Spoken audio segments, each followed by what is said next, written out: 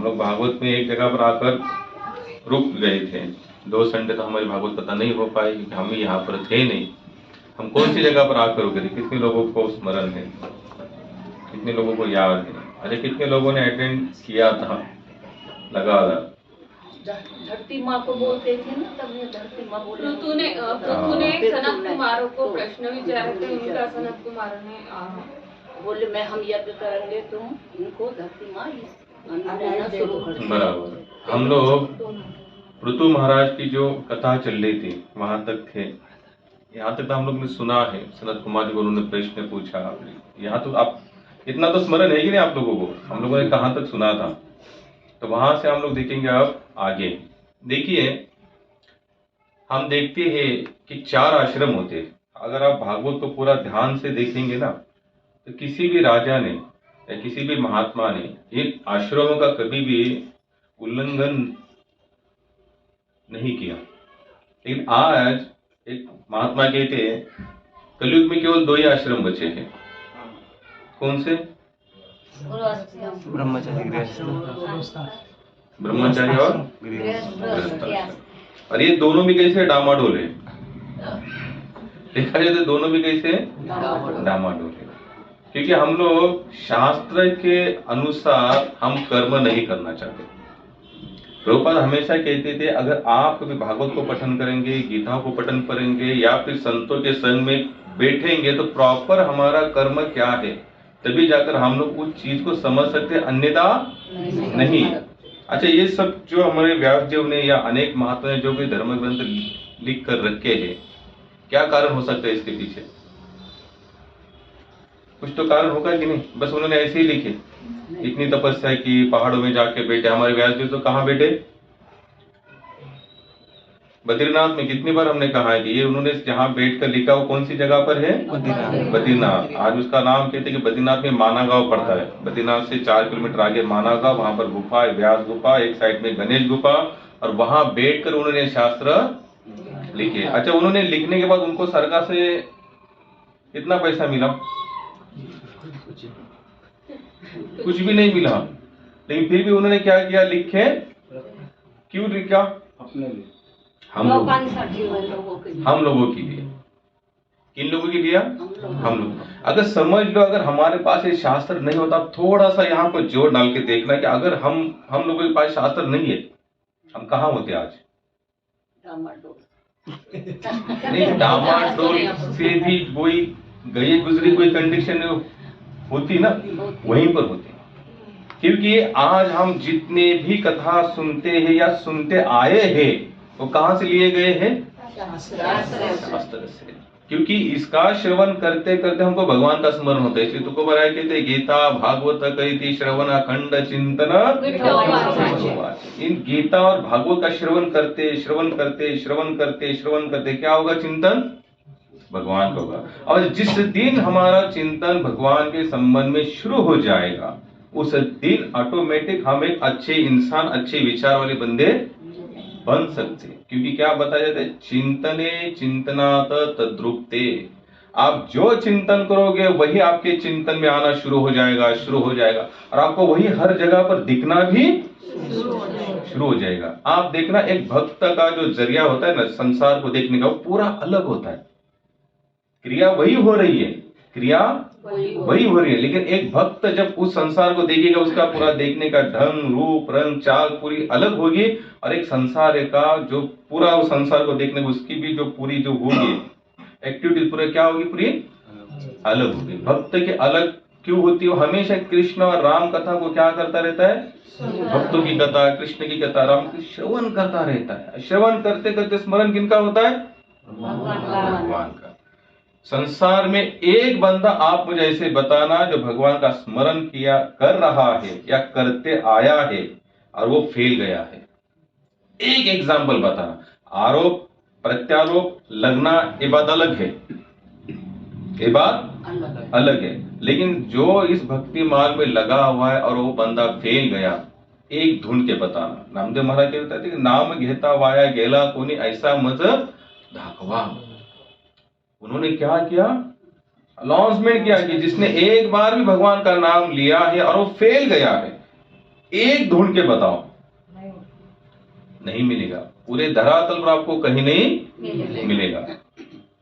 प्रभुपाद को एक जन ने पूछा, अब जो संत होते ना प्रॉपर, जिन्होंने नाम का रस चखा है, भगवान के नाम का रस चखा है, वो अपनी बात ठाम कर मानते हैं इसे, यानी कैसे, ये सच है, बस आपको सच लगे या ना लगे, इससे हमें कुछ लगे, ये सच है। प्रभुपाद ने इतना प्रचार किया पूरे विश्व में। प्रभुपाद फिर ऐसे बोलते, जो एक बार हरे कृष्ण बोलेगा उसका उद्धार होगा। तो एक जन अभी काफी साल जाने के बाद प्रभुपाद को एक जन ने पूछा, बोले प्रभुपाद आपने इतना प्रचार किया और इतना इतना आप छाती ठोक के कहते कि एक बार जो हरे कृष्ण महामंत्र बोलेगा उसका उद्धार होगा। बोले 100% होगा। उसने पूछा, अगर समझ लो, अगर कोई इस मार्ग से चला जाता है, उसका पतन होता है, तो उसका क्या होगा? इस बात को हमेशा ध्यान से सुनना। हम लोग क्या करते हैं, हमारे बुद्धि के अनुसार पूरे संसार को देखना चाहते हैं, पूरे संसार को हमारी बुद्धि के अनुसार। मन कहेगा ये सच है तो हमको वो सच लगना शुरू हो जाएगा, और वही मन बाद में वही बात को आज सच कहेगा, वही मन आपको कल झूठ करेगा। तो इस मन के चक्कर में क्यों फंसे? अगर मानना है, देखना है, आज किसी की बात सोचनी है, आज चलना है उस पर, तो शास्त्र देखो और साधु संतों के अनुसार इस मार्ग में चलते रहो। प्रभुपाद को पूछा, अगर कोई पतित हो गया, किसी ने मार्ग छोड़ के चला, प्रभुपाद हो गए, होगा ऐसा और होता है और होता भी है, लेकिन प्रभुपाद कहते हैं मैं उसकी गारंटी लेता हूं। कौन कह रहे? प्रभुपाद क्यों कह रहे? क्योंकि गीता में कृष्ण बता रहे, अपि चेतसु दुराचारो भजते माम अनन्य भाग। भक्त अपने ऊपर नहीं लेता कुछ, भगवान आपने कहा है इसलिए मैंने कहा है, बस बाकी आप जाने, मेरी वाणी जाने, आपको उसके साथ जो करना है सो करो। क्या कहा भगवान ने? अपि चेतसु दुराचारो। दुराचारी नहीं, दुराचारी का मतलब होता है एक वचनी, दुराचारों का मतलब होता है अनेक वचन। अपि चितुषु दुराचारो भजते माम अन्य भाग। अगर कितना भी दुराचारी हो, लेकिन अगर मुझे अनन्य भाग से भज रहा है, मेरी सेवा में लगा हुआ है, उसको क्या समझना चाहिए? अच्छा इंसान नहीं, साधुरेव स मंतव्य। कौन सा डिग्री दिया उसको? यानी कि आध्यात्मिक की पीएचडी पकड़ लो। साधु का मतलब क्या होता है? आध्यात्मिक का लास्ट। भगवान यहाँ खुद अनाउंसमेंट कर रहे हैं, कोई चाहे कितना भी कुछ भी हो, लेकिन अगर वो मुझे भज रहा है तो उसको आपको क्या समझना चाहिए? साधु। लेकिन इस दोष वाली संसार में हम तो साधु को बस 1-2 मिनट को बस देखना चाहते, बस एक क्या कर रहा है, बस पकड़ में आए रहा है तो समझ लो न्यूज मीडिया यहाँ वहां दे धनाधन, और उसके पीछे फिर उसने इतने साल से लगी हुई तपस्या एक झटके में लोग उसको अपने दिमाग से निकाल देंगे। लेकिन एक बात आपको बताता हूँ, सच्चा साधु भी कभी संसार के आदान प्रदान यानी कि संसार के विचारों पर उसका साधुत्व नहीं टिका रहता।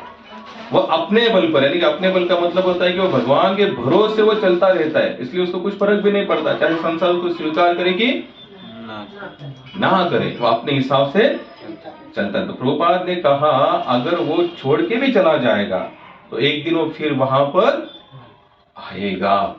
एग्जाम्पल देते प्रभुपाद, बोले अगर आप किसी के घर पर अगर पहली दफा जाते हो ना, समझो अगर मैं आपके घर पर पहली दफा आ जाऊं, या आप कहीं पर कोई आपके दोस्त के घर पर एक बार जाओ, तो पहले हो सकता है आप पूछते पूछते जाए, ढूंढते ढूंढते जा सकते हैं, लेकिन वो समझो 2-3 साल के बाद फिर जाना होगा तो आपको ढूंढना और पूछना भी कम पड़ेगा। आपको इतना तो पता होगा, बस यहाँ से लेफ्ट लेना है और लेफ्ट में राइट मारना है, यहाँ पर एक पीपल का पेड़ है और उसके सामने वाली गली में उसका घर है। क्यों उसको इतना पता चला? एक बार उधर गया है, एक बार गया है, इसलिए सेकेंड टाइम उसको इतनी दिमाग पर जोर देने। इसलिए प्रभुपाद कहते हैं कि जो एक बार भगवान नाम का स्मरण करेगा उसको फिर पूछने की जरूरत नहीं है, उसका उद्धार होगा। एक बार तो एक महात्मा कहते हैं, अगर एक बार अगर आप भगवान का हाथ थाम लो, क्या कह रहे? एक बार हमें केवल भगवान का थोड़ा सा हाथ थामना है और बाद में आप छोड़ दो, बाद में आप छोड़ दो। लेकिन भगवान कहते अगर जीवात्मा के स्वभाव से बंधा हुआ है, तो कृष्ण कहते मैं भी मेरे स्वभाव से बंधा, योगक्षेम वहाम्यहम्, मैं भी मेरे स्वभाव से बंधा हूं। हरे कृष्णा कृष्णा कृष्णा हरे हरे, हरे राम राम राम हरे हरे। जैसे हम लोग हमारे स्वभाव से बंधे हुए ना, किसी चीज को हम स्वीकार करते तुरंत बाद में छोड़ देते। कभी हमको मंगल आरती अच्छी लगती है, कभी नरसे आते, कभी लेक्चर अच्छा लगता है, तो कभी कुछ अच्छा लगता है, कभी कभी लगता है आज नहीं मजा आया, छोड़ दो। ये हमारा स्वभाव है, ये हमारी गलतियां नहीं, स्वभाव है। तो गोरा कहते तू कहा मने तुम्हें क्रोधास नहीं आवे, स्वभाव करावे काहे को नहीं। ये स्वभाव है हमारा, इसको हम कभी बदल नहीं सकते, लेकिन एक जरूर कर सकते, इसको हम भगवत सेवा में लगा सकते। क्या कर सकते हैं? भगवान की सेवा में लगा सकते। इसलिए भगवान का एक बार आप हाथ थाम लो, यानी थोड़ा सा एक दिन अगर एक माला भी अगर आप लेते हो ना और बाद में छोड़ भी देते, तो इसका मतलब आपने भगवान का हाथ पकड़ने का प्रयास किया। आपने प्रयास किया तो भगवान तुरंत पकड़ लेंगे, फिर आप उसको छोड़ के चले जाओ, वो नहीं छोड़ेगा। वो कृष्ण भी कहते हैं मेरा भी तो एक स्वभाव है, मेरा अपना भी खुद का स्वभाव है। भगवान का अपना स्वभाव क्या है? एक बार मेरे चरणों में आ जाओ, मैं नहीं छोड़ूंगा। आप भले ना जाने का कितना भी प्रयास हो, लेकिन स्वभाव से बंधे रहो। प्रभुपाद के इसमें एक भगत था, हालांकि वो था चोर, डकैत था। क्या था? डकैत। प्रभुपाद की भी जीवन काल में बंदा आज भी है, और वो हमेशा एक कथा भी कहते थे। बोले एक आश्रम में एक चोर गया। अब चोर गया तो उसको वो रोज, अब चोरी करके आया है तो उसको पता है अगर भाग जाऊंगा तो क्या होगा, पुलिस पकड़ लेगी। उससे अच्छा आश्रम में कुछ दिन अपना बिता लेंगे। अब आश्रम का जो आदान प्रदान होता है ना, बहुत बढ़िया होता है। आप कभी वारी में जाएंगे ना, कौन सी भी वारी में जाओ, ये नहीं कि केवल मैं यहाँ की कह रहा हूं आपको। जैसे आप लोग वृंदावन जाएंगे ना, तो जगन्नाथ जो है भगवान, वहां से भी काफी लोग चल के कहाँ आते हैं? वृंदावन। या फिर आप किसी भी भक्त की टोली में रहो, प्रॉपर भक्त की टोली में रहोगे तो ऑटोमेटिक आपके अंदर मन में सहानुभूति निर्माण होती है, अपनापन। क्योंकि भक्त कभी भी, कोई भी अगर उनके टोली में आता है, कभी उसको ठुकराता, चलो आया है तो आने दो, उनको हम अपने इसमें शामिल, क्योंकि वहां पर आपको कोई आइडेंटिफाई करना नहीं पड़ता। भाई जीवात्मा है, भगवान की सेवा में लगना चाहता है तो अपने साथ रहेगा। अब एक चोर था, अब चोर की आदत क्या होती है? चोरी करना। अब जो चोरी करने की आदत है वही तो चोर कहलाता है। अब इसकी आदत थी रोज चोरी करना, लेकिन रोज शाम को लेक्चर सुनता था, अच्छा लगता था। साधु संतों का उनका भाव भी उसको बहुत जम गया, यानी कि वो उस टोली में सेट हो गया। लेकिन सेट हो जाने के बावजूद भी स्वभाव था। स्वभाव क्या था? चोरी करना। यानी कि रात होते उसके हाथ पर हिलने लगते थे, कहाँ जाऊं, क्या करूं, कहाँ। फिर वो लेक्चर याद कर, अरे नहीं महाराज ने आज कहा है, उन्होंने आज ऐसा कहा है कि चोरी करना गलत है, पाप है, भगवान के सामने। तो रोज अपने मन को क्या करता था? वो काबू में रखता था। लेकिन ये मन भी कैसा है? चंचल है। कृष्ण स्वयं कहते अर्जुन, ये मन इतना चंचल है, हवा से भी तेज गति है, और इसकी गति का हम कोई अंदाजा नहीं लगा सकते। बताइए ऐसा कौन सा यंत्र या कोई तंत्र है जिसने मन का अंदाजा लगाया? कोई नहीं कहता। आज तो हम तो जो डॉक्टर के पास भी जाते हैं, लोग कहते हैं इन्होंने अपना मानसिक संतुलन खो दिया। डॉक्टर के क्या करना चाहिए? कुछ नहीं, बस कुछ ना कुछ करते रहो। अच्छा, आप लोग कभी जाना ऐसे डॉक्टर के पास, तो इतना जो आपको कहेंगे इन्होंने अपना मानसिक संतुलन खो दिया है, और उसको बोलना कि इसके ऊपर क्या मेडिसिन है, बोले मेडिसिन तो कुछ नहीं, बस अच्छे लोगों के संग में रहो। और वो देगा तो कौन सी मेडिसिन देगा तो पता है आपको? हाँ, कुछ नहीं कहा, सही बात। ऐसे लोगों के पास, डॉक्टर के पास एक ही गोली है, गोली खाओ और पड़े रहो। मन संतुलन नहीं तो सो जाओ, क्योंकि अगर आप खड़े रहोगे तो क्या करोगे? आप कुछ ना कुछ गलती करते रहोगे। तो कोई औषधि नहीं है। लेकिन कृष्ण कहते हैं इस मन को मैं कंट्रोल कर सकता हूं। कृष्ण कैसे? मन मना बहुमद भक्तो मध्याजी माम नमस्कुरु। कृष्ण ने क्या मांगा? तुम्हारा मन मुझे अर्पण कर दो, खत्म। तो वो क्या करता था? रोज चोरी करने की आदत, रात होती थी हाथ पे हिलने लगते थे। जैसे दारू पीने वाला बंदा होता है, दिन भर बोल नहीं पीऊंगा, नहीं पीऊंगा, नहीं पीऊंगा, रात होते ही उसके हाथ हिलते। उस दिन तो हमने एक वीडियो देखा फेसबुक पर, वो बंदा ऐसा दारू ले, यानी वो लिखा था उस पर ऐसे पीना जरूरी है। उसमें क्या लिखा वीडियो पर, टाइटल क्या लिखा था? पीना जरूरी है। तो ऐसा हाथ में एक बॉटल था, तो बॉटल से डालते ऐसा हाथ हिलता था, तो फिर ऐसा लगता था। फिर ट्राई कर ऐसे ही था, फिर ऐसा लगता था। फिर उसने क्या किया, ग्लास पर ऐसी उंगली रख के अपनी, उस पर बॉटल रखा, फिर पीने लगा। फिर उसने उठाया और पीते समय ऐसा हिलने लगा। तो उसने क्या किया, एक टॉवेल लिया, एक इस हाथ को बांधा, जिस हाथ से ग्लास उठाने वाला था, टॉवेल ऐसा घुमा लिया। फिर क्या करता था, हाथ एक वाइब्रेट होता था, तो वो क्या करता, इसको ऐसे खींचा तो हाथ ऊपर आया, यहां तक लिया, पिया। ऐसे होता है। इंद्रिया जो होती है ना, हमारी इंद्रिया इतनी सक्षम होती है भोग लेने में, बाप रे बाप, इसका अंदाजा, इसके बस वो भोगना चाहता है। अब इसको रात को, जैसे रात होती थी, इसको खड़बड़ाहट होती थी, जैसे तैसे एक आध महीने निकाल दिया, लेकिन एक रात ऐसे आई अमास की, उसके लिए अमास की रात होगी वो। बेचारा शांत नहीं बैठा, तो इसने क्या, सब महाराज लोग सो गए, साधु संत सो गए, रात को उठा, अब बोले कुछ ना कुछ तो करना पड़ेगा। अब चोरी का तो मन नहीं था, लेकिन मन मानता भी नहीं था, तो उसने क्या किया, इसकी पोटली उठाना, उसके सर पर रखना, उसकी पोटली उठाना, इसके सर पर रखना, उसकी पोटली, रात भर इसने अपना ये प्रोग्राम किया। अब रात भर प्रोग्राम के सुबह तो 3 साढ़े 3 बजे साधु महंत लोग उठते, तो उठने के बाद देख रहे मेरी पोटली पर, उसकी पोटली उधर, उसकी पोटली उधर, सबकी पोटली अलग अलग अलग अलग, तो सब में थोड़े से अनबन हो गई। बोले मेरी पोटली तुमने की ली, बोले मैंने कहा ली।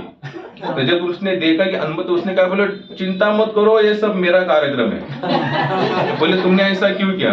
बोले क्षमा चाहता हूँ, मैं एक चोर हूँ, पेशावर चोर हूँ, और रात होती है मुझे क्या होने लगता है, खुजली होती है कि चोरी करनी चाहिए। लेकिन आप क्या है, आप लोग जो रोज प्रवचन सुनते इतना तो पता चला कि चोरी करना पाप है, लेकिन चुप नहीं बैठ सकता, इसलिए पोटली उठाकर भागना ही मेरा काम था। तो मैंने भागा नहीं यहाँ से, बस मैंने पोटली सबकी इधर उधर कर दी। तो हमारी कैसी होता है, हमारा मन जो होता है ना, ऐसे होता है, हमको शांत ये बैठने नहीं देता। मुझे बताइए मैं कहां पर था?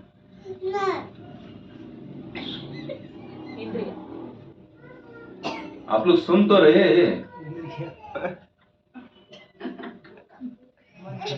देखो इतने भी मन आपका डामाडोल। कहाँ थे हम? टूट गई ना लिंग हमारी। ऋतु महाराज के वहीं पर थे, वहीं से हमने कथा की शुरुआत की थी। कहाँ से शुरुआत की थी? ऋतु महाराज की शुरुआत की थी। फिर हमने कहा कि 4 आश्रम होते, गृहस्थ आश्रम होते, वानप्रस्थ होते, लेकिन इसमें 2 ही बचे, वो भी डामाडोल। अभी डामाडोल के ऊपर से हम डामाडोल कहां तक आए? चोर के तक आए। इसका क्या लिंक है कि डामाडोल आश्रम कब होता है? जब हमारा मन हमारे काबू में नहीं होता। इसलिए हमको क्या करना चाहिए? अगर आश्रम अगर हमारे अच्छे हैं तो समझ लेना हमारा उद्धार निश्चित है। ऋतु महाराज, फिर हम वही आएंगे कथा के अंदर। ऋतु महाराज ने सोचा अब मेरा वानप्रस्थ हो चुका है, गृहस्थ आश्रम हो चुका है, क्योंकि उन्होंने कह दिया कि सभी अभी प्रजाजन है, आराम से धरती माता के अनाज दे रहे, तो उन्होंने सोचा अब यहाँ मुझे रहना नहीं, आप मुझे कहाँ जाना है? संन्यास। वानप्रस्थ में चले गए। तीसरा आश्रम होता है वानप्रस्थ, चौथा होता है हमारा संन्यास आश्रम। तो वो निकले अपनी पत्नी के साथ। क्या नाम था उनका? ऋतु महाराज की पत्नी का नाम क्या था? अर्ची। उनके साथ वो निकले, वानप्रस्थ के लिए निकले। लेकिन जाते समय उनकी 4 संतानें थी, 5 संतानें थी। तो 5 संतान में से एक उनके जो बड़े संतान को उन्होंने अपना पूरा राज कारभार सौंप दिया। तो उनके ही वंश में आगे एक बहुत अच्छा राजा हुए, और वही राजा की कथा आज हम देखेंगे। तो उनका नाम था प्राचीन बरही। क्या नाम था? प्राचीन बरही। बहुत धार्मिक राजा थे। कैसे थे? बहुत धार्मिक राजा थे। उनको 10 संतानें हुई। कितनी संतानें हुई? 10। अब ये 10 संतान, पहले जमाने में सिस्टम ऐसा था कि अगर आपको घर गृहस्थी में अगर प्रवेश करना है तो आपकी ब्रह्मचारी अवस्था कैसी होनी चाहिए? पक्की होनी चाहिए। कैसी होनी चाहिए? पक्की होनी चाहिए। अगर वो डामाडोल होगी तो फिर आप घर गृहस्थी आश्रम के आगे ध्यान से या ढंग से चला नहीं सकते। इसलिए पहले जमाने में कैसे थे? बच्चे 5 साल से लेकर 25 साल तक कहाँ रहते थे? गुरुकुल। और ये हमारी सिस्टम आने वाले कोई यानी कि कम से 300 350 साल पहले इसको पूरा अंग्रेजों ने, मुगलों ने क्या कर दिया? खारिज। वो जानते थे अगर इस भारत पर राज्य करना है तो करना क्या पड़ेगा? पहले इनका जो एजुकेशन सिस्टम है उसको बंद कर दो, खत्म कर दो। क्या कर दो? खत्म करो। उन्होंने तुरंत उसको क्या कर दिया, खत्म। फिर धीरे धीरे उन्होंने कहा कि ये पढ़ लिख आपका क्या होगा, वेदों की वाणी को पढ़कर आपका क्या होगा, रामायण महाभारत गीता का पठन करके आपको क्या मिलने वाला है। हरे कृष्णा कृष्णा कृष्णा हरे हरे, हरे राम राम राम हरे हरे, हरे कृष्णा कृष्णा कृष्णा हरे हरे, हरे राम राम राम हरे हरे। तो प्राचीन मुनि की 10 संतानें थी। प्राचीन मुनि चाहते थे कि आप पहले घर गृहस्थ आश्रम में प्रवेश करने से पहले आप क्या करो, गुरुकुल ज्वाइन करो। यानी कि साधन भजन पूजन अपनी साधना इतनी पक्की करो कि आप फिर घर गृहस्थी का बोझा उठा सकते हो।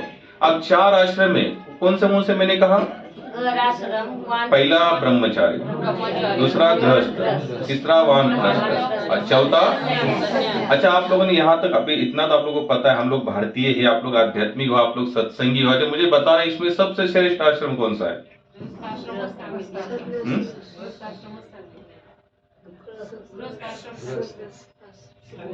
हाँ, गृहस्थ आश्रम हकीकत है, क्योंकि ये 3 आश्रम एक ही आश्रम पर टिका हुआ है। गृहस्थ आश्रम अगर बराबर होगा तो ही वानप्रस्थ, संन्यास और ब्रह्मचर्य आश्रम का ढंग का रहेगा। क्योंकि गृहस्थ आश्रम में अगर नहीं, इसलिए कहते धन्य गृहस्थ आश्रम हो। आप देखिए ना कि ये जो संस्थाएं चलती है, मठ चलते हैं, या कोई भी साधु सन्यासी या महात्मा बनता है या इस आध्यात्मिक मार्ग को खुद को झोंक लेता है, ये कब पॉसिबल है? एक उसके माता पिता अच्छे हो, शुद्ध बीजा पोटी फले रसायन गोमटी। यानी कि फिर हम कहां पर आए घूमकर, गृहस्थ आश्रम करें। अगर किसी को साधु भी बनना है, सन्यासी बनना है, तो उसको क्या चाहिए? उसका पहला गृहस्थ आश्रम। दूसरी बात, इतने बड़े बड़े मठ है, आश्रम हम देखते हैं, ये चलते कहां पर है? उनका कोई बिजनेस है, कोई फैक्ट्री है? कुछ नहीं। तुमको धन कहां से आएगा? गृहस्थ आश्रम से। कहां से आएगा? गृहस्थ आश्रम। और ये जो है गृहस्थ आश्रम, अगर पक्का इसकी नींव अगर योग्य प्रकार से अगर आपको रखनी है तो आपको ब्रह्मचर्य आश्रम पहला पक्का। और इसलिए 5 साल से लेकर 25 साल तक लड़के कहाँ रहते थे? पहले गुरुकुल आश्रम में रहते थे। और वो वहां पर चाहे वो राजा का लड़का हो या फकीर का बंदा हो, लेकिन सबको एक ही जैसी सेवा करनी पड़ती थी। जैसे हम लोग भागवत देखते हैं, 10वें स्कंद में हम देखते हैं कि कृष्ण और बलराम और सुदामा एक ही सेवा करते थे। झाड़ू मारने की भी करते थे, लकड़ियां तोड़ के लाने की भी करते थे। उसमें कोई निम्न या उच्च कोटि ऐसी कोई सेवा नहीं थी। तो इससे क्या होता था, हमारे मन का जो द्वेष होता था, मैं ऊंचा हूँ, ये नीचे वाला बंदा है, मेरे पिताजी तो बहुत हाई लेवल के पोस्ट में रहते, तो मैं झाड़ू क्यों, ये भावनाएं आपको खलास कर देती। जो बंदा कुछ भी करने के लिए तैयार है वो कुछ भी कर सकता है। और जिसने अपने मन को सेट कर दिया ना, बस मैं इस कास्ट का या फिर मेरा इतना ये, मैं यही करूंगा, वो जिंदगी से हार जाता है बंदा, जिंदगी से हार जाता है। आज के हम देखते हैं शिक्षण प्रणाली, कल या परसों की न्यूज है, 10वीं वाली कोई लड़की थी, हमने देखा न्यूज में, उसको केवल इतना जोर हुआ यहाँ पर, उसको ब्रेन हेमरेज हुआ और उसका डेथ हो गया। प्रभु, अभी के बाद 2-3 दिन पहले वाली।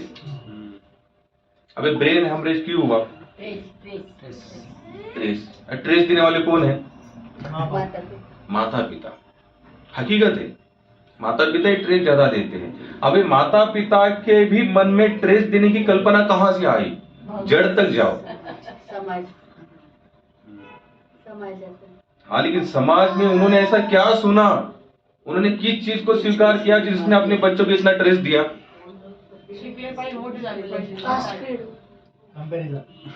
कंपैरिजन। या फिर हम लोगों का माइंड इस तरह सेट हो चुका है, पढ़ेंगे नहीं तो जिएंगे नहीं, पढ़ेंगे नहीं तो पैसा कहां से आएगा, पैसा नहीं आएगा तो फिर तुम जीवोगे कैसे, और जीवोगे नहीं तो फिर तुम ऐसे भीख मांगते। आजकल माता पिता की फिक्स वर्ड है यार, वर्ड से ना, ये फिक्स है। कहीं पर भी जाना, कोई भी घर में माता पिता कहते बच्चे, तो मैं ये नहीं कह रहा हूँ एजुकेशन के अपोज में नहीं हूँ। प्रभुपाद भी हमेशा कहते हैं अगर सबसे बड़ा एजुकेशन अगर क्या होगा तो खुद को मेंटेन करना। क्या करना? और आप कैसे कर सकते हो? केवल आध्यात्मिक वे से ही कर सकते हो, अन्यथा इस संसार में कोई ऐसा मार्ग नहीं जो आपको खुद को संभाल सकते हो। मैंने इसके पहले भी कथा बताई थी इनकी। राष्ट्रपति जो हमारे थे अब्दुल कलाम, बताइए थोड़ा सा, कितने लोगों को याद है? ये तो हमारे सामने की बात है ना। वो सुसाइड करने जा रहे थे हाँ। तो उनको उनके गुरु मिले। शिवानंद स्वामी मिले उनको, दिल्ली में आए थे भर्ती के लिए, वहां पर भर्ती निकली तो उनको बनना था पायलट, लेकिन बॉडी लैंग्वेज वगैरह इतना उनका ये हायर नहीं था तो उनको रिजेक्ट किया। अब बोले मरना है, तो मरने तो उन्होंने सोचा मरने से पहले क्यों ना एक बार दिल्ली से हरिद्वार नजदीक है तो जाएंगे वहां पर, थोड़ा वहां टहलेंगे, गंगा मैया का दर्शन करेंगे, आध्यात्मिक के हिसाब से थोड़ा अब देखो भगवान अगर कुछ बनाना चाहता है ना हमें, तो बराबर आपका वे टर्न पॉइंट वो बराबर आपको दे देते। अब यहाँ से टर्न मारना है, तुमको हरिद्वार आना है, फिर वो वहां पर मिलेगा। हरिद्वार आए, गंगा के किनारे खड़े हो गए, बोले आप इसमें कूद जाओ। उतने में शिवानंद स्वामी जी का अगर आप लोगों के भी नाम सुना होगा, यानी कि ऋषिकेश के बहुत ही प्रगाढ़ संत थे, आज इस संसार में नहीं है। 4 वेद मुख में रहते थे उनके, ऐसे लोग कहते हैं। कभी नेट पर भी आप डालेंगे शिवानंद स्वामी के, और उनका ब्रह्मचर्य आश्रम पे तो बहुत बड़ा जोर था। अब बस अब्दुल कलाम जी खुद की जीवन नैया को समाप्त करने वाले थे। शिवानंद स्वामी बोले बेटा कहाँ जा रहे हो? बोले बस ऐसे ऐसे निराश हो चुका हो, खुद को समाप्त करने। तो बोले ऐसा मत करो, समाप्त करना करो लेकिन सोच समझ कर करो। खुद को समाप्त करना है तो कैसे? सोच समझ करो। फिर शिवानंद स्वामी जी का उनका सत्संग हुआ, वहीं से उनको प्रेरणा मिली, जब भगवान को ने तुमको रखा है तो हो सकता है कोई उससे अच्छा कोई कार्य हो सकता है तुम्हारे हाथ से। हो सकता है कि भगवान को अमान्य हो कि तुम यहाँ मत बनो, इससे कोई बढ़िया कार्य तुम्हारे हाथ से होने वाला होगा। बस वही बातों ने, वही शब्दों ने उनको खुद को मेंटेन किया, और वो क्या बने? राष्ट्रपति। कहां से कहां तक, कोई लिंक नहीं उनका, राजकीय कोई लिंक नहीं था, लेकिन फिर भी कहां से, उन्होंने खुद अपने इसमें लिखा हुआ है। कौन सा बुक है वो? The wings of fire, Agnipankh. Agnipankh पढ़ना, कभी शास्त्र भी पढ़ना, और ऐसे लोगों को भी जरूर पढ़ना। मॉमेटन होने के बाद भी हमेशा साधु संत के इर्द गिर्द ही रहते थे वो। उन्होंने कभी भी किसी संत का लेक्चर नहीं छोड़ा, उन्होंने कभी भी किसी संत की किताब नहीं छोड़ी, बहुत पढ़ते थे। एजुकेशन के ऊपर उनका बहुत बड़ा प्रभाव था। तो फिर मैं वही आऊंगा, कहां पर? गुरुकुल। अगर वही आज क्या हुआ कि हमारे माता पिता के माइंड में क्या हो चुका है, अगर नहीं पढ़ेंगे तो कुछ नहीं होगा, ऐसा कुछ नहीं भैया। अजगर करे ना चाकरी, पंछी करे ना काम, दास मनु कहे गए, सबके दाता राम। बच्चों को जरूर थोड़ा फोर्स करो, भाई तुमको लिखना है, पढ़ना। ऐसा नहीं कि बस उसको छोड़ दो, उसके हाथ में मोबाइल दे दो, टीवी के सामने बिठा दो और आप भी एक फेसबुक के ऊपर चढ़ जाओ, ऐसा नहीं। उसको एक समय दे दो, लेकिन उसको इतना ट्रेस मत करो कि बेचारा हार जाए कि 90 से फिर 80%, 80 से 70%, 70 से 60%, बेचारा बाद में। और देखो हारना ही हारना होता है, आपको कोई नहीं हरा सकता। बस आपने मान लिया मैं हारा हुआ तो आप हार गए। अब सेकेंड बात है, मुझे बताइए कि संसार में समस्या नहीं है? बहुत समस्या। किसी एक का जीवन आप मुझे ऐसा बताना है कि जिसके जीवन में समस्या नहीं, या फिर कोई ऐसा कहे कि मेरे जीवन में कोई समस्या नहीं है। कोई नहीं मिलेगा भैया। और रही सेकेंड बात, एक तो महात्मा कहते बोले इस संसार में आप जो ढूंढोगे वही आपको मिलेगा, जो आप देखना चाह रहे हो वही आपको दिखेगा। और अपना आप उसको देखना बंद कर दो, आपको दिखना बंद हो जाएगा। लेकिन आपने सोचा, मैं सुबह एक लेक्चर सुन रहा था, एक बंदे बहुत अच्छी बात कही।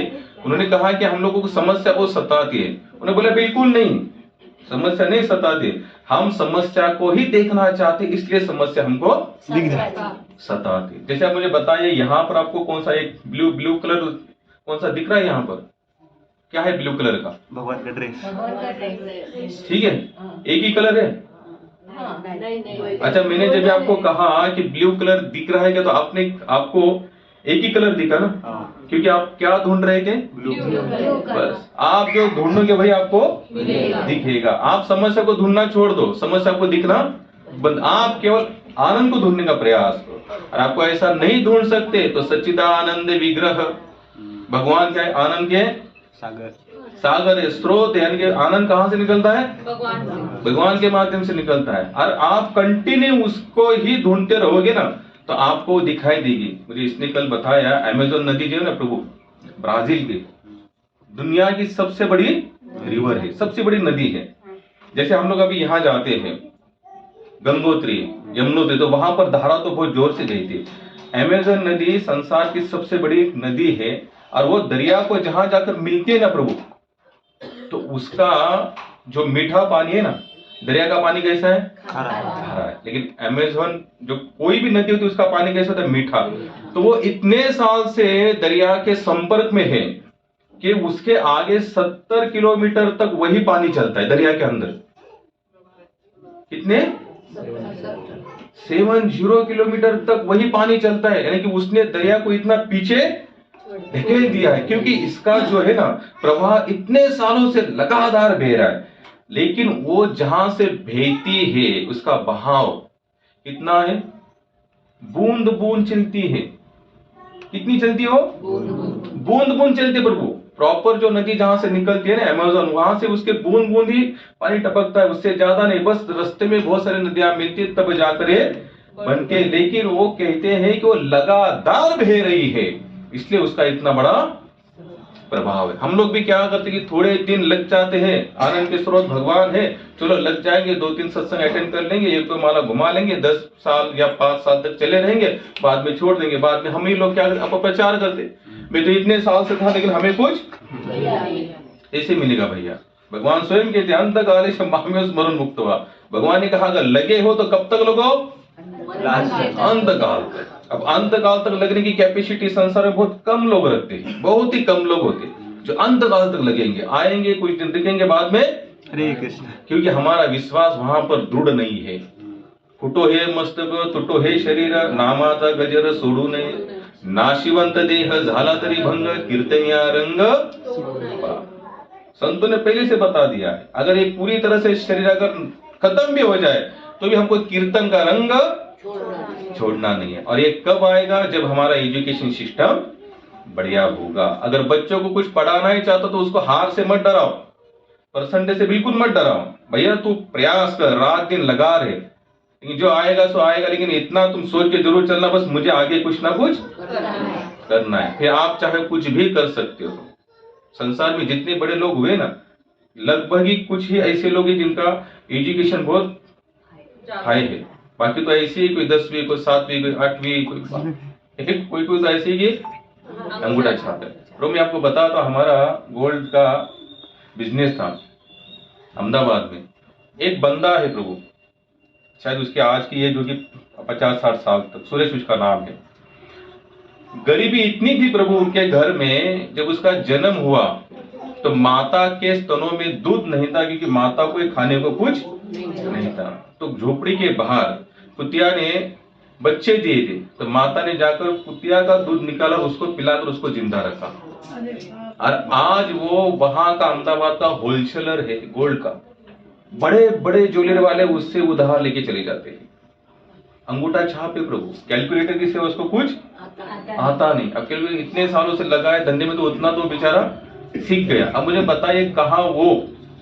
और आजकल की कितने सुबह की न्यूज है प्रभु, पुलिस भरती चालू करी ना कुठेतरी, इथे का नाशिक कुठेतरी, इंजीनियर, एमपीपी, ऐसे सब लोग वहां पर आए।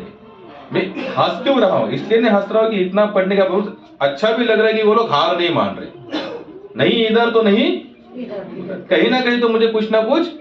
और यही भावना आपको कौन सा एजुकेशन सिखाती है? गुरुकुल एजुकेशन सिखाती है। हमारा धार्मिक जितना भी है ना, फिलोसफी सनातनी, ये एक ही सिखाते, बस लड़ना है। अर्जुन हारो चाहे मरो, लेकिन गांडीव को नीचे नहीं रखना है, तुझे लड़ना है। स्कूल में क्या सिखाते हैं? टीचर सिखाते हैं ऐसा, टीचर बच्चे नहीं आया तो तुम ड में चले जाओगे। उसमें क्या बनाए ना, अ ब क ड ABCD ऐसा कुछ है, उसको कहाँ भेज दिया? बोले ड में। ड वाला बंदा कैसा है? ढ। वाला बंदा कैसा है? होशियार। ऐसा है ना? वाला होशियार, ये वाला। ऐसा कुछ नहीं है भैया। आपकी बुद्धि पता नहीं आपको कहाँ कैसे कहाँ तो ले। एजुकेशन सिस्टम हमारी अच्छी होनी चाहिए। मैं फिर आता हूँ कहाँ पर? हमारा गुरुकुल। गुरुकुल अगर अच्छा है तो आपका गृहस्थ अच्छा होगा, गृहस्थ अच्छा होगा, आपकी वानप्रस्थ अच्छा, वानप्रस्थ होगा तो आपका संन्यास। संन्यास का मतलब होता है मनुष्य जीवन जिस कार्य के लिए मिला हुआ है वही टारगेट रखकर आप उसी समय वो जीवन जीते हो। संन्यास का मतलब क्या है? बस मैं भगवान का हूं, भगवान मेरे हैं, मनसा वाचा कर्म। आप मन से भी वाचा से भी और हाथ पे से जो भी कुछ होगी मेरी से सेवा, केवल मेरी भगवान की सेवा होगी। और यही हमारे मनुष्य जीवन का लक्ष्य है। लक्ष्य कौन से आश्रम तक आप जाने के बाद आपको प्राप्त हुआ? संन्यास आश्रम जाने के बाद। लेकिन आज कोई जाता ही नहीं है, क्योंकि कोई जाना ही नहीं चाहता, इसलिए कोई जाता ही नहीं है। अब देखो वहां पर बहुत सारे कंट्रोवर्सी, परेशानियां है, लेकिन अगर आप लोग फिर भी लगे रहोगे तो भगवान आपके लिए तो तैयार बैठे हैं। तो हमारे ऋतु महाराज और उनकी पत्नी अर्ची माता कहाँ निकले? वानप्रस्थ के निकले। वानप्रस्थ उन्होंने निकले और उन्होंने संन्यास स्वीकार किया। और उनके ही वंश में आगे कौन आए? प्राचीन भरिय आए। प्राचीन भरिय के 10 संतानें ही 10 संतान आप कहाँ जाने वाले? घर गृहस्थी में। तो प्राचीन भरिय कहते अपने संतानों को पहले काम करो, तुम कहाँ चले जाओ? साधन भजन पूजन अच्छा करो और उसके बाद में गृहस्थ आश्रम में आना, जिससे तुम समाज और खुद की भी सेवा कर सकते हो। एजुकेशन तो कितना सिस्टमेटिक है सब सिस्टम, लेकिन हम लोग इसको मानते ही नहीं, और मानेंगे तो भी हम उसको करने की तैयारी नहीं रखते। तो अब ये 10 ही के 10 संतानें उनके निकले। और निकलने के बाद उन्होंने दूर जंगल में एक सरोवर देखा। सरोवर ऐसे देखा कि उसके पहले उन्होंने वैसे सरोवर कभी देखा नहीं। अब देखो जीवन काल में अगर कोई घटना अगर हम नहीं देखते, किसी चीज को नहीं देखते और पहली बार देखते, तो ऑटोमेटिक हमारे पैर, हमारा माइंड वहां पर रुकता है और विचार करने के लिए हम सोचते अरे इतना सुंदर, इसके पहले तो हमने कभी देखा नहीं। अब ये 10 के 10 क्यों आए थे? वही यानी कि साधना करने के लिए आए थे। उनके पिताजी ने कहा कि गृहस्थ आश्रम में जाना है तो क्या करो? साधना, यानी कि साधन भजन पूजन अच्छा करो, तभी जाकर इसमें आना। और 1-2 साल में 10,000 साल के हिसाब से आए थे। कितने? 10,000। आप लोग अपने इस कली के आयु के अनुसार उसका अंदाजा मत लेना, क्योंकि सती, त्रेता, द्वापर और कली 4 में सबकी आयु, जितनी जीवात में सबकी आयु कैसी है? अलग अलग है। सतयुग में लोग जीते थे 1 लाख साल तक। कितने साल तक? 1 लाख साल तक। त्रेता में 10,000, द्वापर में 1,000 और इसमें 100। इसलिए हम एक कथा पढ़ रहे हैं। कौन सी पढ़ रहे हैं? सतयुग। लेकिन प्रेरणादायक आज भी है। ऐसा नहीं कि वो 1000 साल पहले घट चुके आज का उसका हमारा फिर नहीं। आज भी अगर इसको आप पढ़ते रहेंगे तो हमारा जीवन सुधारने के लिए हमको बहुत अनमोल है। तो निकले, उन्होंने सरोवर देखा। सरोवर आते 10 के 10 रुक गए। बोले इतना अच्छा सरोवर हमने तो इसके पहले कभी देखा। बोले हम यहीं बैठ के भजन करेंगे, यहीं बैठकर हम साधना करेंगे। अब जैसे वो वहीं बैठे तो उसमें से, उस सरोवर से हमारे शिव जी प्रकट हुए। मैंने यही बात आपको 2 संडे पहले भी कही थी, पता है ना, कि कुछ लोग, मैंने यही भी आप लोगों को बताया था कि शिव जी करना क्या चाहते हैं, शिव जी जीवात्मा को क्या बताना चाहते हैं। जैसे हरि भक्ति, क्या बताना चाहते हैं? हरि भक्ति। अब देखो शिव जी वहां पर प्रकट हुए तो 10 के 10 जनों ने भगवान शिव जी को प्रणाम किया। प्रणाम करने के बाद वो कहते हैं कि स्वामी जी, मैंने कि भगवान हम यहाँ पर आए हैं, हमारे पिताजी ने हमको यहाँ भेजा है। बोले साधना अच्छा करो, भजन अच्छा करो, तब जाकर तुम गृहस्थ आश्रम में प्रवेश करोगे। हम तो यही सोच रहे थे कि हम आपको ही प्रसन्न करना चाहते हैं, लेकिन हमने कुछ शुरू भी नहीं किया और आप प्रकट हो गए। अब तो इतने आसान हो। हालांकि भोले बाबा वैसे भी भोले ही है, वैसे भी आसान है। हम भागवत में देखेंगे आगे की कथा है। उन्होंने एक राक्षस को तो ऐसे वर दिया, भस्मासुर। उसने कहा जिसके सर पर हाथ रखो वो भस्म हो जाए। शिव जी बोले तथास्तु। बोले प्रयोग क्या करना है? किस पर प्रयोग करो?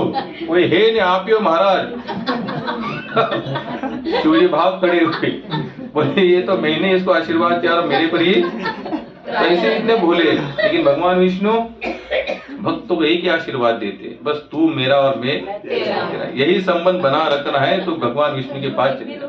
तो शिव जी कहते अगर आप मुझे प्रसन्न भी कर लोगे, लेकिन मैं भी जिनको प्रसन्न करने के चक्कर में लगा हूं, तो मेरी ऐसी इच्छा है भी आप क्या करो, 10 में 10 जन उनको प्रसन्न करना। क्या कहा शिव जी ने? हरि हरि हरि मंत्र वैष्णवानाम यथा शंभो। सबसे बड़े शंभो कौन है? वैष्णव कौन है? शंकर जी है। आप लोग कभी देखना कि शिव जी और माता पार्वती, शिव जी कथा करते रहते, माता पार्वती सुनते रहते। शिव जी कथा करते थे, माता पार्वती सुनते। सोने वाली तो एक लीला है वो। लेकिन दोनों का एक ही कार्य बनता है। उतने में अगर कोई भगत इस भूतल पर कोई अच्छा भजन पूजन करता है, ओम नमः शिवाय, ओम नमः शिवाय, तो शिव जी के लिए इसको तुरंत देख के चला आता हूं, मुझे क्या करना है, भजन करना है। शिव जी ने 10 ही 10 लोगों को कहा एक काम करो, मैं भी जिनका भजन करता हूं आप उनकी सेवा में लग जाओ। तो 10 के 10 प्रचेता भगवान विष्णु की सेवा में लगे। और वहीं पर शिव जी ने भगवान विष्णु का वर्णन किया, 4 पेज है, अगर उसको लेने जाएंगे तो अगले संडे तक वही चलेगा। तो उन्होंने शिव जी ने भगवान विष्णु का वर्णन किया और बोले वो ऐसे है वैसे है, और इनको शरण जाने के बाद जीवात्मा का अंतिम लक्ष्य जो है वही हम वहां जाकर मिलते हैं। क्योंकि कृष्ण मेंशन करते ममे वांशो जीवलोके जीव भूत सनातन, प्रत्येक जीव मेरा अंश है।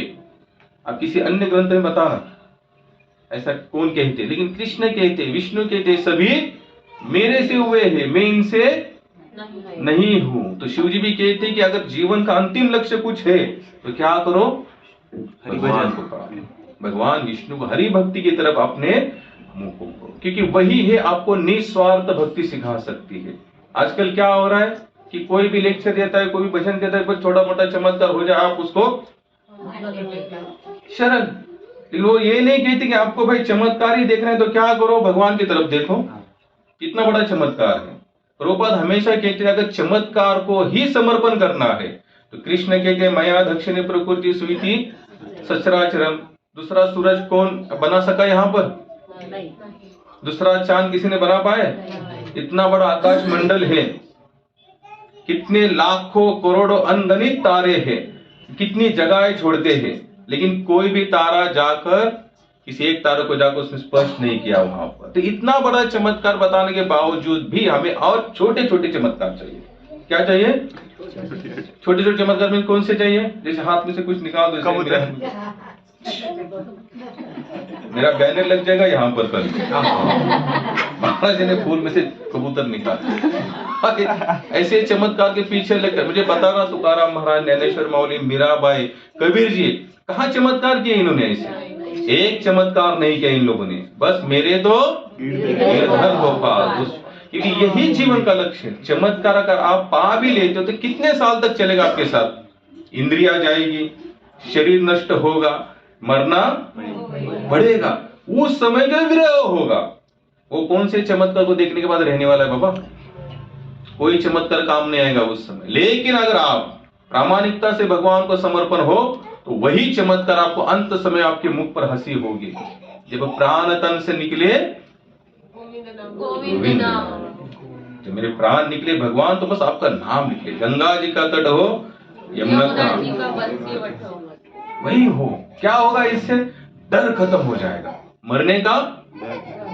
वृंदावन में कभी आप चले जाना, जगन्नाथपुरी में जाना, पंडित जो प्रॉपर संत है ना, मरने के लिए वहां चले जाते हैं माता, मरने के लिए, बस वहां मरना है। और कितने ऐसे महात्मा है उनको पता भी चलता है कि बस जाना है, 2-3 दिन के बाद हंसते रहते, भंडारा करते, माहौल बनाते, क्योंकि मुझे जाना है। अब मुझे बताओ कि जिन लोगों ने ऐसे छोटे मोटे चमत्कार देखे ऐसा मरते समय हंसेगा क्या, वो तो डरेगा, क्योंकि चमत्कार के माध्यम से कुछ प्राप्त हुआ है, अब इसको छोड़कर जाना पड़ेगा।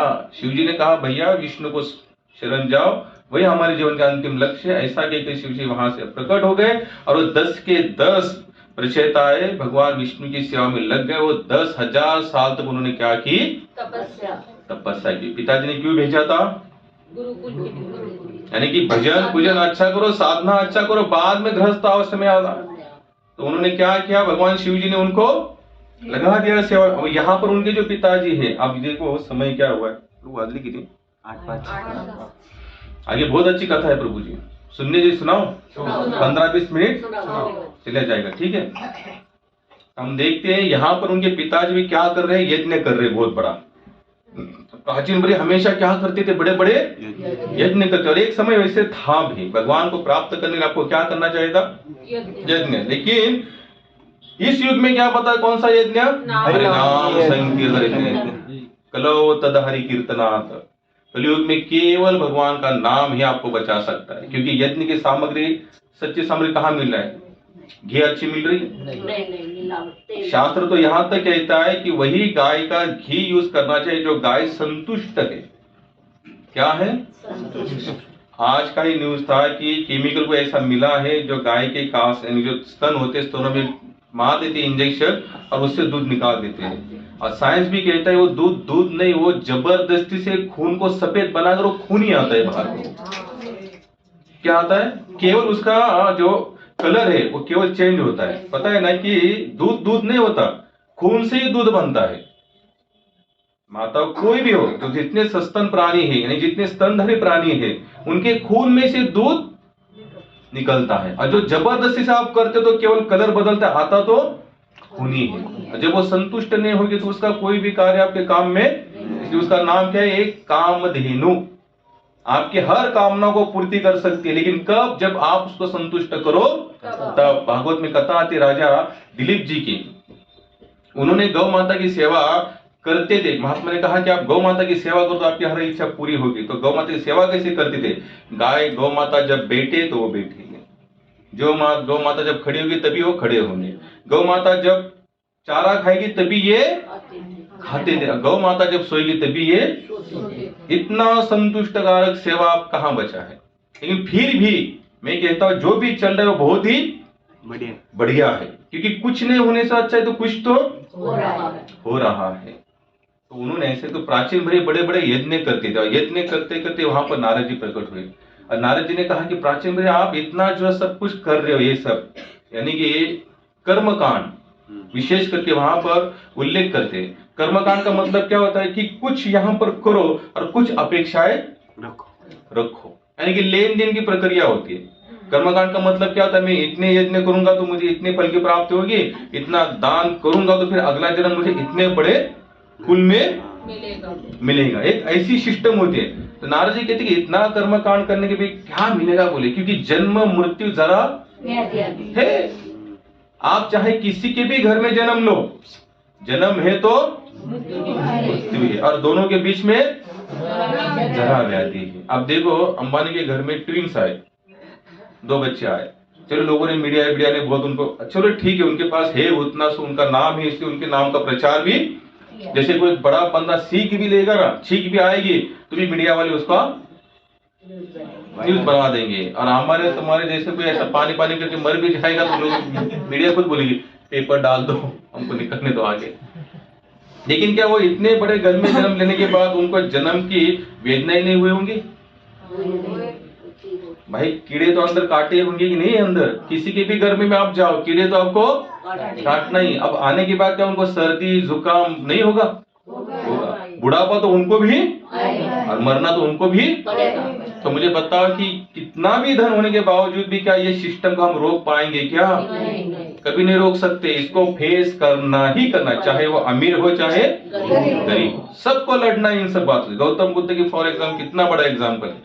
जीवन में यानी कि जन्म लेते ही महात्मा ने कहा कि इनको दुख मत दिखाना महाराज, दुख दिखाओ तुम्हारे राजपाट को लात मारकर चले जाएंगे। तो पिताजी ने एक नगरी बना दी, अलग से नगरी ऐसी बना दी कि वहां पर दुख नाम की कोई चीज नहीं। 21 साल के हुए गौतम बुद्ध, शादी भी हुई, संतान भी हुई। तो सारथी को कहा भैया एक ही है क्या संसार में इतनी जगह? बोले आपके पिताजी ने मुझे बताया कि इससे और जगह को लेके नहीं जाना। बोले आज मैं भी राजा हूँ, 21 साल का हुआ, मेरी इच्छा है सारथी तुम ऐसी भी जगह बताओ जो और भी कोई देखने जैसा है। तो सारथी पहली बार उनको लेके चले, और पहली बार ही गौतम बुद्ध जी ने क्या देखा? जन्म मृत्यु सरा और व्याधि। बुढ़ा देखा एक इंसान जो खास रहा है। गौतम बुद्ध साधु बोले ये क्या है? बोले बुढ़ापा है। बोले इतनी वेदना है? बोले हाँ तो मुझे होगी। बोले होगी महाराज, आपको भी होगी, बूढ़े तो आपको बनना पड़ेगा, खांसी आपको भी आएगी, रोग तो आपको भी जर्जर होंगे। आगे जाके उन्होंने एक संसार का सबसे सत्य देखा, सच का सत्य देखा। मृत्यु जा रहा था, एक प्रेत को लेकर लोग जा रहे। बोले ये क्या है सिस्टम? अब इन्होंने तो ऐसा कभी देखा? बोले ये इसको कहते मृत्यु। बोले ये क्या होता है? बोले मरना पड़ेगा, इस संसार को छोड़कर जाना पड़ेगा, या इस बंदे को जाकर लोग जलाएंगे या दफनाएंगे, खत्म उसकी जीवन कहानी। बोले मुझे महाराज आपको भी मरना पड़ेगा। भले आप राजा के संत मरना तो आपको भी पड़ेगा। तो इसी के था तो ब्रह्म जिज्ञासा था उनको। तुरंत रथ से उतरे, बोले मैं तो चला अपने सो उद्धार के लिए, अब मुझे फिर वापस नहीं आना है। तो ये सब कैलकुलेशन हम लोग के पास है ही नहीं। तो नारद जी ने कहा कि प्राचीन भरी इतना तुम कर्म कांड जो कर रहे हो, ये तुमको जन्म मृत्यु जरा व्याधि से बचाने वाला नहीं है। तो आप तुमने इतना जो बलि दी है, यज्ञ में पहले क्या करते थे, पशुओं की बलि दी जाती है। तो नारद जी कहते हैं प्राचीन भाई आकाश में देखो तुम, क्या कहा, आकाश में देखो। तो प्राचीन में जब ऊपर देखा तो सभी वो जितने भी प्राणी को उन्होंने बलि दी थी वो तैयार थे, जोर से चिल्ला रहे थे कि तुम मरो और ऊपर आ जाओ, फिर हम तुमको मारेंगे। अब प्राचीन भाई ने ये सब सिस्टम देखने के बाद थोड़ा सा डर गया, क्योंकि भाई दुख से हम सभी लोग, संसार में ऐसा कौन बलवान है जो दुख से ना डरे। लेकिन एक है, एक ऐसी भी प्रजाति संसार में विराजमान है जिसको कहते हैं भक्त की प्रजाति। कौन सी प्रजाति, एक ऐसा भी समाज है जो दुख से लड़ना जानता है, या फिर उनको दुख कुछ लगा। जैसे कुंती महारानी दुख की सेवा क्या मांगा, नामदेव महाराज का घर जल गया, तुकाराम महाराज की पत्नी बच्चे मर गए, नरसिंह मेहता का लड़का और पत्नी आंखों के सामने चल बसे। ये होती भगवान की कृपा। तो कितने लोगों को चाहिए ऐसी कृपा, हाथ ऊपर करो। माता ऐसे तो हाथ ऊपर आया है, बाद में जब शुरू करेंगे तो बोलेंगे मैंने ऐसा ही कहा था, मैंने थोड़ी मन से कहा। हम लोग नहीं चाहेंगे ऐसी कृपा। लेकिन कृष्ण का थोड़ा नजरिया थोड़ा उल्टा ही है। भगवान क्या करते हैं, भक्तों के साथ ऐसी लेना, जिनको वो एकदम शुद्ध बना, एकदम शुद्ध हाई क्वालिटी बनाना चाहते।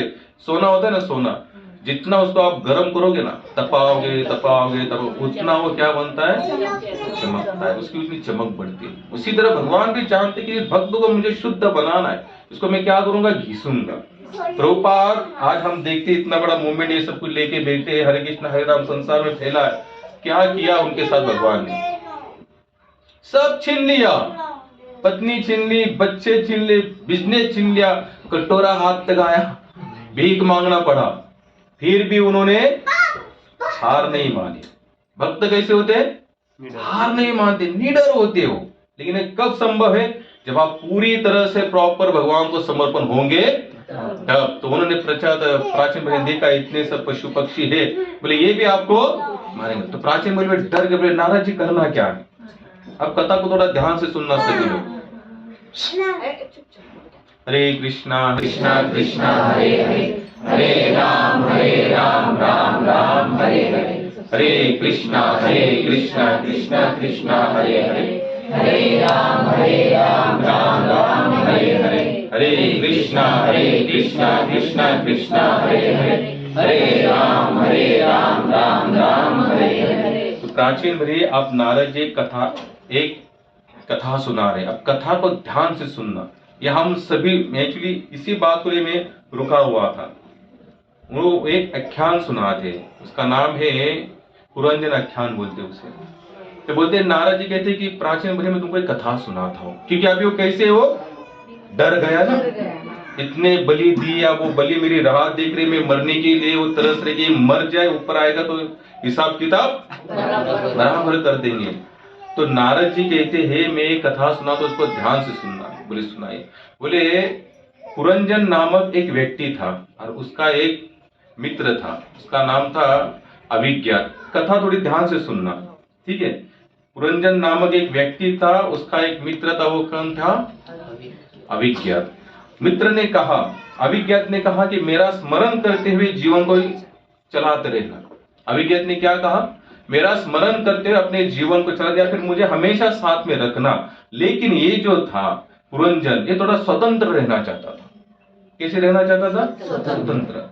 तो उसने एक बार ऐसे घूमने के लिए निकला, बड़े शहर में चला आया। एक एग्जाम्पल दे, मैं आपको खुल के बताऊंगा बाद में।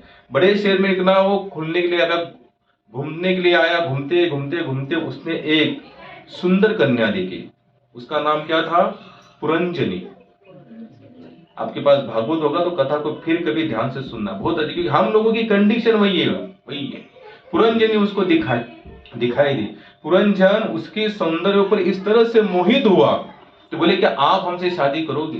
तो पुरंजनी कहती कि मेरे माता पिता का कोई ठिकाना नहीं है, मैं तो अकेली घूमती रहती हूँ। बोले कोई जो मुझे चाहे उसके साथ, अगर तुम मुझे रखना चाहते हो मैं तुम्हारे साथ रहने के लिए तैयार हो। तो पुरंजन और उन दोनों की शादी हो गई। पुरंजन और वो दोनों अब साथ में रहने लगे।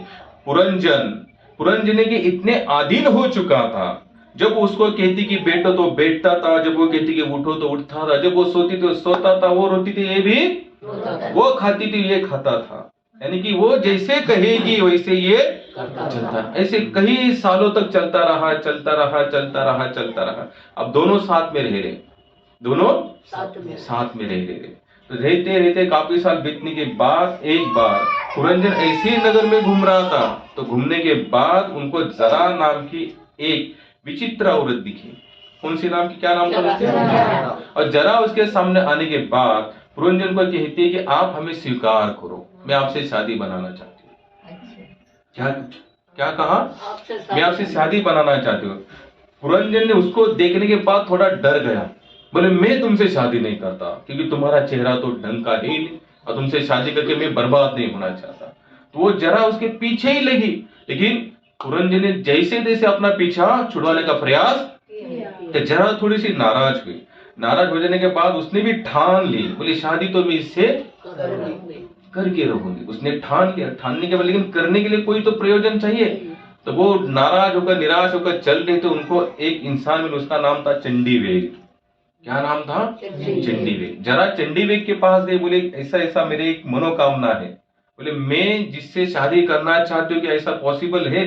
तो चंडीवेग ने कहा क्यों नहीं, हो सकता है, लेकिन तुम दिखने में थोड़ी सी चित्र विचित्र, लेकिन कोई बात नहीं, अगर तुम जिससे शादी करना चाहते हो तो मैं तुम्हें थोड़ा सहयोग कर सकता हूँ। बोले कैसे सहयोग करें? बोले मैं मेरे कुछ सैनिक तुम्हारे साथ भेजता हूँ। बोले 360 सैनिक है मेरे, 365 साल के दिन कितने होते हैं? 365 है। बोले 365 सैनिक की टोली तुम्हारे साथ भेजता हूँ। बोले आधे थे गोरे, आधे थे काले। बोले इनको लेकर जाओ और फिर तुम जाकर पुरंजन के पास जाओ, फिर वो तुमको स्वीकार करेगा। फिर वो चली आई और उसने फिर उसके साथ शादी जबरदस्ती से रचाई, और बाद में पुरंजन एक दिन मर गया। और हाचिर बनेगा, मुझे अपनी कथा तो सुनाई, लेकिन कुछ पल्ले नहीं पड़ी। कितने लोगों की पल्ले पड़ी? बस यही अवस्था उनकी भी थी। प्राचीन जी ने नारद जी अपने इतना सबको तो लेक्चर दिया, लेकिन सबसे ऊपर थोड़ा खुल के बताइए, फिर आप उनको शॉर्टकट में ही लेंगे। फिर वहां पर बताते नारद कहते सुनो अभी ध्यान से, पुरंजन कौन है? आप और हम है। आत्म तत्व कौन है? हमारे शरीर में निवासी कौन है, जिसके बल पर ये सब हम लोग यहाँ बैठे हैं, चल फिर रहे, ये कौन है अंदर? आत्मा। भगवद गीता में भगवान तो बताते हैं कि मैं ही, मेरा ही अंश सबके अंदर विराजमान। तो नारद जी कहते हैं पुरंजन का मतलब होता है कि ये सभी जीवात्मा है। तो वाकई कहते हैं ये जो अभिज्ञात कौन था उसका मित्र? अभिज्ञात का मतलब होता है स्वयं भगवान। भगवान कैसे रहते? हमेशा अभिज्ञात रहते, अज्ञान का रूप धारण करते भगवान। हमें देखना, अच्छा बुरा होते समय थोड़ा सा हिंट देते, हमें हिंट देते कि नहीं? कितने लोग हैं ऐसे कि जो कुछ ना, देखो गलतियां तो सबसे होती है, लेकिन होने से पहले एक बात जरूर मन में खटकती है, एक गलत है। सबके साथ, सबको संसार में कोई ऐसा नहीं कहेगा कि वो यही कहेगा कि मैंने गलती को भी गलती माना ही नहीं। हर एक के मन में होता है, गलत काम को देख मन कहेगा गलत है, लेकिन फिर उसके संस्कार, उसका स्वभाव के अनुसार वो उस चीज को लेगा। जैसे अगर पहले से ही पेशावर ही कोई कातिल है तो खून करते समय उसको लगेगा थोड़ा गलत, लेकिन कातिल पेशावर होने के कारण वो जाकर कत्ल ही करेगा। और वही जगह पर एक संस्कारी बंदा है, अगर उससे कुछ गलतियां हो भी जाती है तो तुरंत पता चलेगा नहीं ये गलत है, इसको तुरंत छोड़, तुरंत। जैसे सत्संगी है या फिर हम आध्यात्मिक में लगे हुए हैं, तो मन हमेशा हमको अच्छा और खराब इसकी हिंट देता रहता है। आप लोग कभी भी देखना, अगर आप लोग अच्छी तरह से भजन कर रहे हो ना, सेवा में लगे हो ना, गलतियां होगी नहीं ऐसा नहीं, होगी, 110% होगी। कोई छाती ठोक के ये नहीं कह सकता कि मैं प्रवचन कर रहा हूं, मैं खुद कह रहा हूं प्रवचन करने के बाद भी गलतियां नहीं होगी, नेचुरल है। लेकिन एक प्रभाव जरूर बना रहता है मन पर, नहीं ये गलत है, इसको तुरंत छोड़ दो। लेकिन ये अलग जो होंगे नास्तिक, उनको बिल्कुल नहीं होगा, लेकिन होता जरूर है। तो वहां पर नारद जी कहते हैं जो पुरंजन नामक आत्म तत्व है, अभिज्ञात नामक भगवान है। अब पहले मैंने क्या बताया था, दोनों कौन है?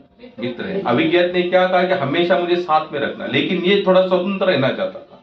जैसे हम लोग क्या करना चाहते हैं, हमेशा थोड़ा सा फ्रीड, लोग क्या क्या एक शब्द फ्रीडम, हमको क्या चाहिए? फ्रीडम चाहिए, बस स्वतंत्रता चाहिए।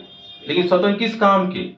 एक महात्मा तो बताते हमारा मन, इंद्रिया, हमारी बुद्धि हमारे अधीन नहीं है, तो काहे की स्वतंत्रता? इंद्रिया कहेगी गलत करो, हम तुरंत जाके करते। मन कहते यहाँ से कूद मरो, हम मर जाते। बुद्धि पर हमारा अधिकार नहीं, तो हम स्वतंत्र है क्या? हम पारतंत्र में आज भी जी रहे हैं। भले देश स्वतंत्र हुआ बात अलग है, आज भी लोग झंडा लेके जाएंगे भाई 26 जनवरी, क्यों? हम स्वतंत्र है, कोई स्वतंत्र नहीं महाराज यहाँ पर। जब आपका मन, बुद्धि, इंद्रिया जब आप तक उस पर काबू नहीं करते, आप स्वतंत्र नहीं हो। आपने और इनको हम काबू कर भी नहीं सकते, लेकिन इनको कहाँ लगाओ? काबू करने वाले की सेवा में लगाओ। भगवान हमारे मन, इंद्रिया, बुद्धि सबको काबू कर सकते हैं। ये लगाम जो है क्या करो? भगवान के हाथ में सौंप दो, वो काबू करेंगे। और वो कहाँ निकला फिर घूमने? शहर में। उनको कौन मिली? एक सुंदर कन्या, उसका नाम क्या था? अब यहाँ थोड़ा हम रुकेंगे। पुरंजनी कौन है पता है? बुद्धि। क्या है? बुद्धि। हमने बुद्धि के साथ हमारी शादी रचाई। शादी रचाई का मतलब क्या है? बुद्धि ने कहा ये सही है, सही है। बुद्धि ने कहा ये गलत है, तो गलत है। बुद्धि अगर रोने के लिए प्रेरित करेगी, हम रोएंगे। बुद्धि अगर हंसने के लिए प्रेरित करेगी, हम बुद्धि कहती कि ये खाओ, खाएंगे। बुद्धि की उसको त्याग दो, तो त्याग देंगे। यानी कि ये जैसे कहेगी वैसे हम अपना जीवन यापन करते रहते। और इसके साथ हमने शादी रचा, लेकिन ये बुद्धि ने, इसके अंदर हम इतने मोहित हो चुके हैं कि जरा नाम की जो लड़की है, जो जरा नाम की जो औरत है, वो हमारे पास आई, हमने उसको क्या किया? जरा का मतलब क्या है? बुढ़ापा। क्या है? बुढ़ापा। बुढ़ापा हम सबको आने के बावजूद कितने लोगों को लगता है कि बुढ़ापे के साथ में जीवन यापन करें? अब होना है ये बात अलग है, जबरदस्ती से हो रही है वो भी बात अलग है। हम स्वीकार करना नहीं चाहते ये भी बात, लेकिन क्या उसको त्याग सकते हैं क्या? कितने लोग बताइए कि जो इसको यानी कि इससे छुटकारा पाना चाहते हैं। भैया ये नियम है सृष्टि का, जन्म मृत्यु जरा जरा हमारे पास आए, वो कहती है मैं उससे आपको हिंट दे रही। जरा बुढ़ापा हमको क्या करता है? प्रभु हिंट देता है, सावध हो जाओ भैया, आंखें चली गई, बाल सफेद हो गए, आप मरने वाले हो, आंतड़े आपकी ढीले हो गए। तुकाराम महाराज से तो गाथा पड़ेंगे। तो एक दो अभंग तो ऐसे में आपको ओपन में बोल भी नहीं सकता, ऐसा उन्होंने लिखा है। यानी कि वहां पर वास्तविकता नजर आती है। भले उन्होंने लिखा है उसी भाषा में, एज इट इज लिखा है, लेकिन अगर मैं बोलने जाऊं तो आप लोग कहेंगे ऐसा थोड़ी ना माइक पर कोई बोलता है करके, लेकिन उन्होंने लिखा है। इंद्रिया एक एक एक एक एक एक करके आपका सहयोग देना छोड़ दिए। बताए कौन सा ऐसा इंद्रिया है कि जो लास्ट तक हमारे साथ में रहता है? कोई नहीं रहता, कोई नहीं। लोग कहते जीवा तो जवान है, जीवा जवान रहे लेकिन दांत तो गए। जीवा की जवानी किस काम की, जब दांत से चबा ही नहीं पाओगे तो। कुछ लोग ऐसे भी तर्क देने वाले हैं, लेकिन वो भाई जब भी दांत बढ़िया हो गए, मजबूत हो गए, तो इसका कुछ काम है? वो जीवा खाना चाहते लेकिन वो नींद नहीं रहे। और अगर वैसे खाना चाहोगे तो अंदर आंतड़े आपकी पूरी ढीली हो चुकी है, आपको डाइजेस्ट कर नहीं सकती। फिर चावल का पानी, दाल का पानी, सूप, यही अपना जीवन। तो बोले जरा हमें हिंट देने आए, लेकिन फिर भी हमने उसको स्वीकार नहीं किया। फिर जरा कहाँ गई? जोर दो। मृत्यु। मृत्यु। लेकिन उसका नाम क्या था? चंडीवेग। चंडीवेग का स्वरूप क्या है? काल देवता। कालाय तस्मै नमः। कृष्ण स्वयं कहते हैं कि मैं काल को, हम सभी काल के अधीन हैं। कोई यहाँ पर ये नहीं कह सकता मैं काल को जीत लिया है। हम यहाँ पर समय को नहीं जीत सकते। टाइमिंग है ना, टाइम, जैसे लोग कहते बोलते हम तो टाइम पास कर रहे, टाइम पास कर रहे। टाइम को पास करने की क्षमता क्या हम लोगों के अंदर है?